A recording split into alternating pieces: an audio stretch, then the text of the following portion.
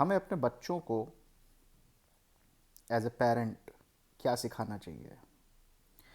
मैं स्कूलों में जाता हूँ, मेरा बेटा जिस स्कूल में पढ़ता है, तो जब मैं वहाँ पे पेरेंट्स टीचर मीटिंग में जो है जाता हूँ, तो मैं देखता हूँ वहाँ पे पेरेंट्स बावले हो जाते हैं।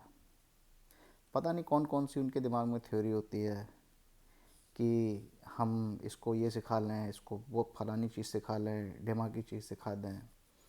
आपस में ही फिजूल के डिस्कशन में लगे रहते हैं। राइट। तो इस सिखाने की बात पे और ये कितनी सही है, इस पे मैं बाद में आता हूँ। पहले एक मूल क्वेश्चन को समझते हैं। क्या चीज़ सीखने वाली होती है? हमको इन्फॉर्मेशन आज इंटरनेट की दुनिया में 1000 तरीके की इन्फॉर्मेशन हर जगहों से मिल रही है। ठीक है। अगर हम ये गूगल पे सर्च करें कि what are the disadvantages of drinking water, तो हमें वो भी मिल जाएगी। मतलब किसी भी चीज़ के पॉजिटिव नेगेटिव दोनों मेरे सामने भरपूर मात्रा में है, और हर इन्फॉर्मेशन को देने वाला अपने आप में एक एक्सपर्ट है। तो एज अ पेरेंट मैं किसी भी इन्फॉर्मेशन पे रिलाई करने की स्थिति में नहीं हूँ। ठीक है। दूसरा सवाल ये होता है कि मुझे खुद कितना आता है जो मैं अपने बच्चे को सिखा लूँ। ठीक है। अब आप बोलें यार मैं तो बहुत पढ़ा लिखा हूँ, तो ग्रेजुएट हूँ, पोस्ट ग्रेजुएट हूँ, एमबीए पास हूँ। तो एक तो एमबीए या ग्रेजुएट या पोस्ट ग्रेजुएट होने से कुछ होता नहीं है, क्योंकि इसमें जो पढ़ाई आपने एनीवेज पढ़ी है वो आउटडेटेड हो चुकी होती है।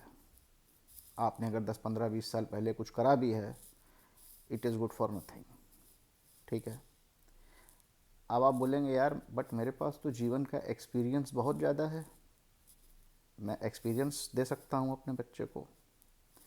तो मैं आपको अपना खुद का एक्सपीरियंस बताता हूँ कि मेरी जो भी फ़िलासफ़ीज़, आइडियोलॉजी, धारणाएं, बिलीफ सिस्टम 5 साल पहले थे, वो सारे belief system upside down change हो गए, 180 डिग्री से चेंज हो गए।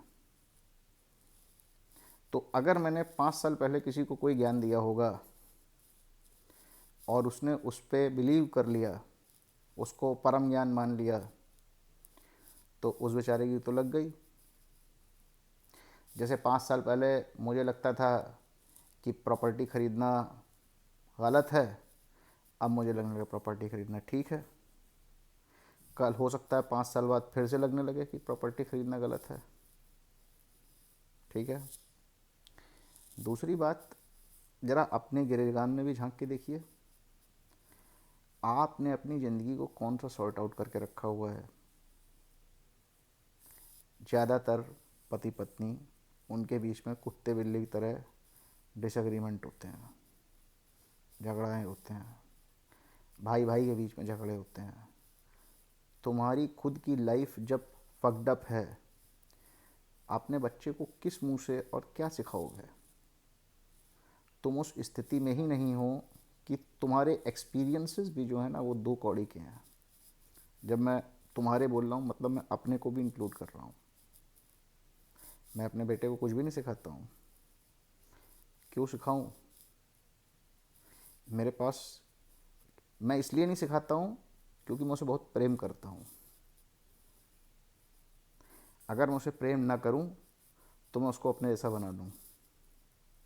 मेरी तो ज़िंदगी में हज़ार समस्याएं हैं, हज़ार सवाल हैं, हज़ार फकडअप चीज़ें हैं जो आपके सामने मुझे, मैं नहीं बता सकता। तो फिर सीखने वाली चीज़ होती क्या है? सीखने वाली चीज़ होती है एक टाइमलेस विजडम। टाइमलेस विजडम का मतलब ऐसी विजडम जो कि टाइम डिपेंडेंट नहीं है। जो बात 10 साल पहले ही ट्रू थी, 10 साल बाद भी वो ट्रू है। ठीक है। अब ये बातें कौन बताएगा? ये बातें हमको किताबें पढ़ के समझ में आती हैं। तो मुझे जो समझ में आया लाइफ में कि अगर कुछ सीखना ही है या कुछ सलाह लेनी है तो अपने पिताजी, ससुर जी, चाचा जी, जीजा जी, दोस्तों, इन सब के चक्कर में मत पड़ो, क्योंकि ये तो खुद ही उलझे हुए हैं, ये खुद ही बीमार हैं। एक बीमार आदमी दूसरे बीमार आदमी को क्या दे देगा? इनके पास जो भी इन्फॉर्मेशन है वो सिर्फ एक कॉन्टेक्चुअल इन्फॉर्मेशन है।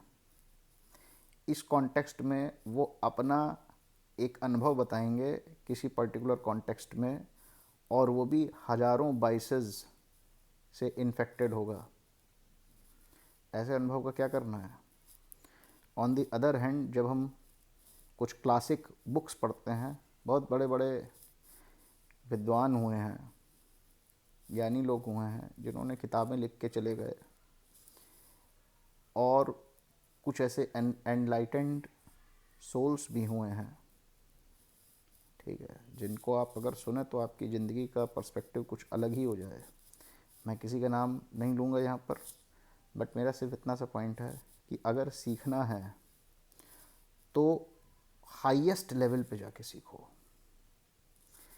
एकदम टॉप नॉच टीचर से सीखो। अब कोई बोलेगा भाई टॉप नॉच टीचर हमें कहाँ पे मिलेगा? टॉप नॉच टीचर बुक्स में मिलेंगे। एक गुरु जो होता है उसकी फिज़िकल प्रेजेंस इम्पॉर्टेंट नहीं होती है। महाभारत में जो एकलव्य की कहानी सुनी आपने, उसकी एक सिंबॉलिक इम्पॉर्टेंस है, उसकी एक सिंबॉलिक इम्पॉर्टेंस है।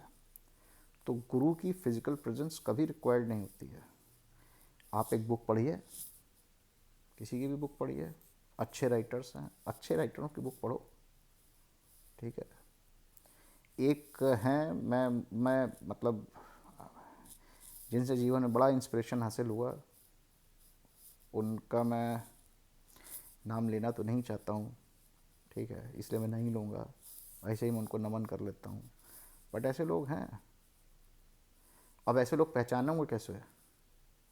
देखिए, ऐसे लोग जब सामने आएंगे ना, तो आपका रोम रोम सरेंडर की मुद्रा में आ जाएगा। जब वो अपना मुंह खोलेंगे तो आपके अंदर एक करंट दौड़ जाएगा, और तब आपको समझ में आ जाएगा वो आपसे रिस्पेक्ट मांगेगा नहीं, उसके सामने आपका सर अपने आप झुक जाएगा।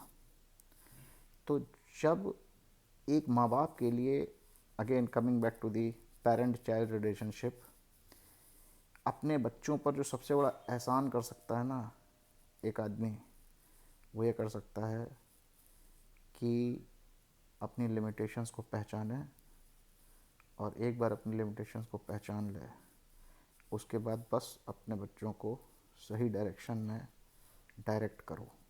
That's it. और हमारा कोई रोल नहीं है। और उनको उन सही लोगों के पास डायरेक्ट करो जो उनको, तो हमारा रोल सिर्फ इतना ही है कि हम अपने बच्चों को सही डायरेक्शन में डायरेक्ट करें, सही लोगों के पास भेजें, ठीक है, उनमें रीडिंग हैबिट्स डेवलप कराएं, और सही खाने पीने की आदतें डेवलप करें। हम उनको सिखाने के चक्कर में ना पड़ें, क्योंकि हमें खुद कुछ नहीं आता है। धन्यवाद।